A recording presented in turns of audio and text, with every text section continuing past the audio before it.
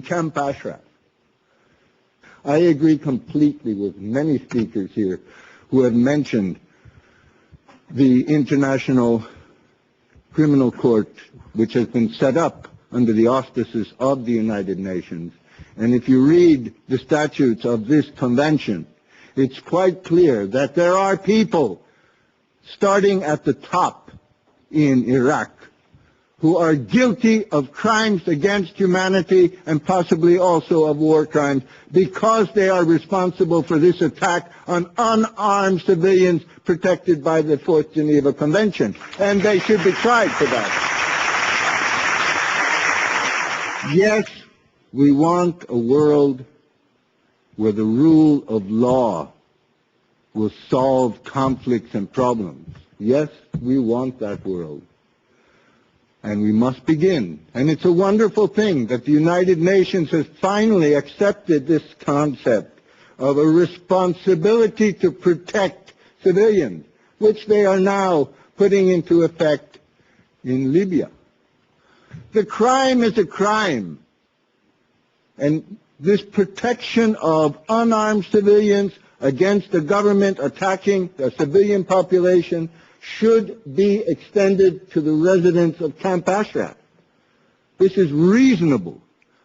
We have 35 people dead and 350 additional casualties.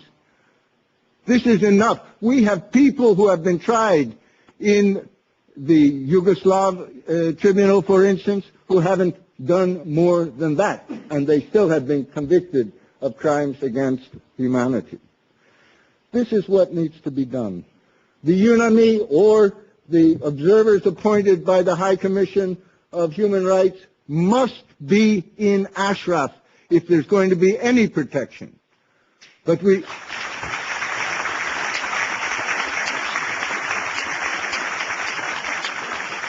have to be quite clear even on another point. The United States made an agreement with the residents of Ashraf that they would be protected according to the Fourth Geneva Convention. They made an agreement, and then they made an agreement with the Iraqis that when the Iraqis took over the so-called responsibility for Ashraf, that they would respect this, and they haven't done it. The United States of America has troops still in Iraq today, and I say that the United States of America should send those troops to Ashraf and throw out the Iraqis out of Ashraf.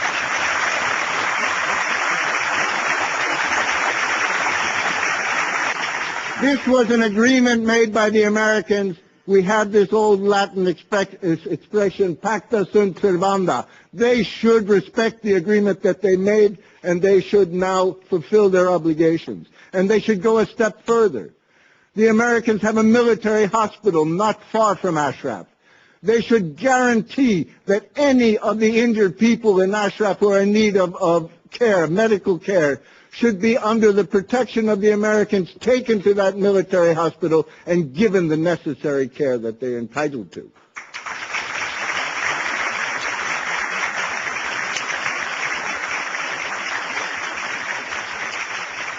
Yes, my final words are the following.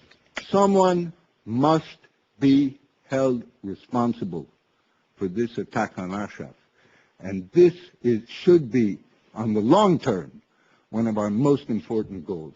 We are looking for ways to try to even get the Swedish prosecutor to open a case against at least the responsible military commanders who led this, or even against the Prime Minister of Iraq.